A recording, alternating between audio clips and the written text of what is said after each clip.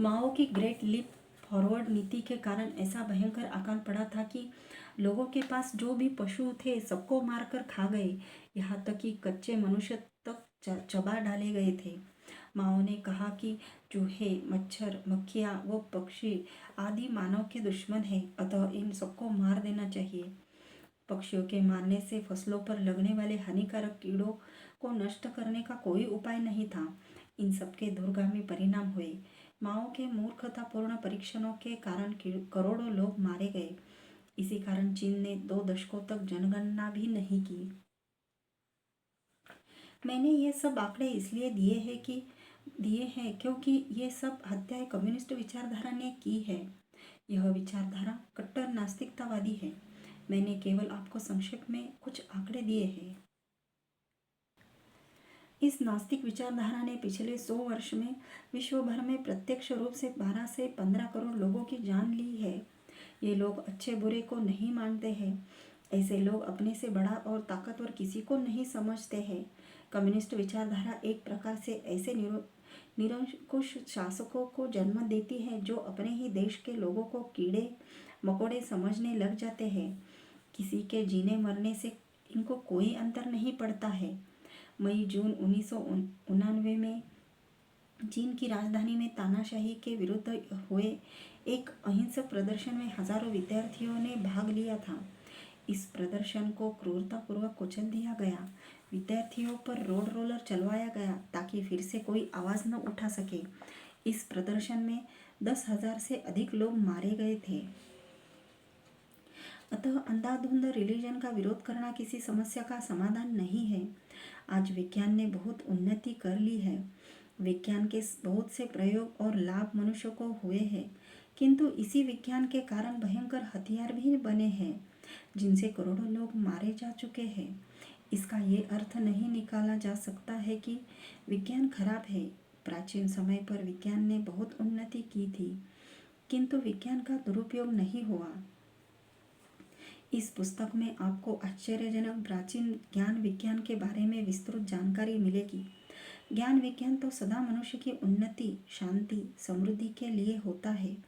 जो लोग वो ताकतें विज्ञान का अपने स्वार्थ व लाभ के लिए दुरुपयोग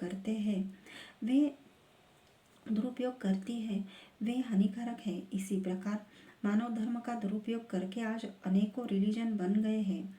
इसका ये अर्थ नहीं है कि मानव धर्म खराब है। रिलीजन की समस्या को जड़ से उखाड़ फेंकने के लिए यह सही मानव धर्म को जानना होगा। इस पुस्तक के पढ़ने वाले को हजारों धार्मिक रहस्यों का ठीक ठीक उत्तर प्राप्त होगा, ऐसा मेरा मत है। संभवतः यह आपके जीवन की पहली पुस्तक होगी जिसमें धर्म और ईश्वर से संबंधित प्रश्नों के सरल भाषा में उत्तर प्राप्त होंगे। यह निश्चित जान लीजिए कि इस पुस्तक से प्राप्त ज्ञान आपको ना किसी धर्मस्थल पर प्राप्त होगा और ना ही वर्तमान के पाखंडी धर्मगुरुओं के पास प्राप्त होगा। आज संसार में हजारों रिलीजन है और सबका अपना अपना भगवान भी है। सभी अपने भगवान को दूसरे के भगवान से महान और शक्तिशाली सिद्ध करने का प्रयत्न करते हैं। धीरे धीरे सभी की भावनाएं और श्रद्धाएं अपनी अपनी मान्यता पर दृढ़ हो जाती है। उसके बाद अपनी मान्यता पर मनुष्य पक्षपाती हो जाता है और दूसरे की मान्यता पर सिद्धांतवादी और तर्कवादी हो जाता है। यह सदियों से इस संसार का चलन रहा है। जंगलों में रहने वाले तथा भिन्न भिन्न टापुओं पर रहने वाले लोगों के भी अपने अपने भगवान हैं। सभ्यताएं बदल जाती है, किंतु मान्यताएं हजारों वर्ष तक मनुष्य समाज में पीढ़ी दर पीढ़ी चलती रहती है। यदि किसी समय पर किसी ने गलत मान्यता समाज में चला दी तो वह सैकड़ों हजारों वर्षों तक मानवता को कष्ट पहुंचाती रहती है। इसी प्रकार यदि किसी समय पर किसी ने अच्छे मान्यताएं और परंपराएं समाज में दी तो वह सदियों तक मानवता और प्राणी मात्र का भला करती है। प्रत्येक पीढ़ी के मनुष्य का यह दायित्व होता है कि अच्छी परंपराओं और मान्यताओं का प्रचार करता रहे और बुरी परंपराओं और मान्यताओं को संसार से समाप्त करने हेतु कार्य करे। यह कार्य केवल सत्य को जानकर ही किया जा सकता है।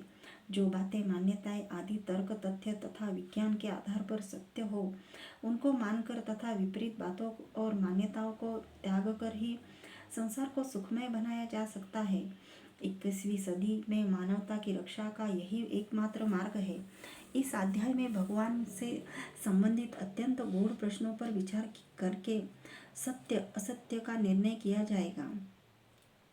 सदियों से मानवता जिन प्रश्नों के कारण कष्ट झेल रही है, उन प्रश्नों का हल करना ही होगा। सबसे बड़ा प्रश्न तो यह है कि आखिर किसके भगवान ने संसार बनाया है, किसका भगवान शक्तिशाली है। क्या ये भगवान मानने की परंपरा सत्य है अथवा यह मनुष्य के डर का परिणाम है। कुछ लोग अल्लाह को, कुछ जीसस को, कुछ यहोवा को, कुछ साई को तथा कुछ नास्तिक प्रकृति को ही भगवान मानते हैं। आखिर कौन है ये भगवान? संसार को रचने वाला है भी या नहीं? हम जानते हैं कि किस व्यक्ति अथवा किस देश ने कौन सी महान वस्तु बनाई है, किंतु मनुष्य यह नहीं जानता कि यह संसार किसने बनाया है। आज यह प्रश्न मनुष्य समाज के लिए सबसे बड़ी अबूझ पहले ही बन गया है। यह प्रश्न भले ही एक हो, किंतु इसका सही उत्तर आज का मनुष्य नहीं खोज पा रहा है। किसी भी प्रश्न का एक ही ठीक उत्तर होता है, किंतु इस प्रश्न पर संसार के करोड़ों लोगों ने लाखों उत्तर खोज निकाले हैं। प्रसिद्ध वैज्ञानिक स्टीफन हॉकिंग अपनी प्रत्येक नई पुस्तक में इस प्रश्न का उत्तर बदल देते थे अथवा यूँ कहे कि बात गोल गोल घुमाते रहते थे। इससे समझ में आता है कि यह संसार की सबसे बड़ी पहेली बन चुकी है। वास्तव में इस पहेली का तार्किक उत्तर ना तो आज दुनिया में चल रहे रिलीजन दे पा रहे हैं और ना ही वर्तमान विज्ञान के पास इसका उत्तर है। अल्बर्ट आइंस्टाइन लिखते हैं कि विज्ञान केवल प्रकृति के नियमों पर कार्य करती है। इसका सीधा अर्थ निकलता है कि प्रकृति के नियमों पर आधारित विज्ञान कैसे उन नियमों के बनने अथवा बनाने वाले के बारे में बता सकती है। यह बात वर्तमान समय के बड़े बड़े वैज्ञानिक स्टीफन हॉकिंग लिखते हैं कि वैज्ञानिक भौतिकी के नियमों से ब्रह्मांड के रहस्यों को जान सकते हैं। Laws of physics nature.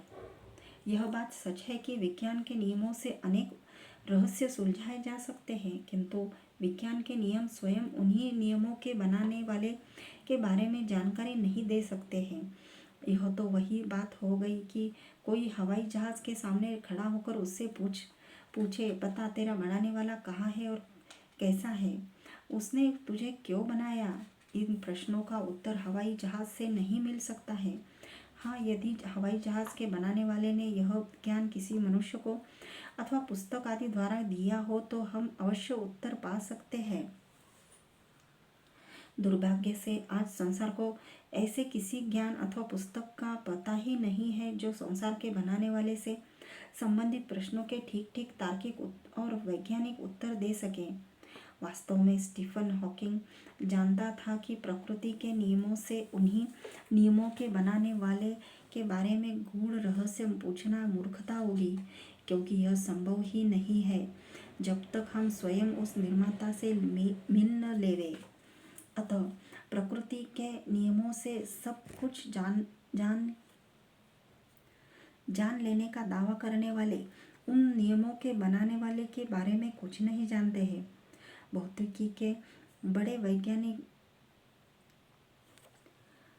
Morrison glaciers विज्ञान के नाम पर ऐसे झूठे दावों का सच बताते हुए कहते हैं कि स्टीफन हॉकिंग की ब्रह्मांड के रहस्य बताने वाली थ्योरी को बड़े बड़े वैज्ञानिकों ने झूठा बताया है।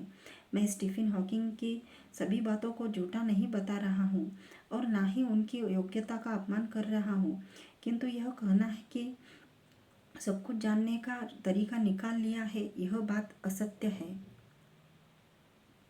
सज्जनों, पूरा विज्ञान और वैज्ञानिक इस बात को लेकर आपस में बटे हुए हैं। ऐसे बटे हुए विज्ञान और प्रकृति के नियमों पर आधारित विज्ञान से संसार की रचना करने वाले का पता नहीं लगाया जा सकता है।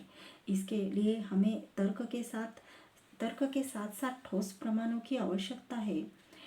अब ईश्वर है या नहीं, इस विषय से संबंधित अनेकों प्रश्नों के निष्पक्ष भाव से उत्तर खोजते हैं।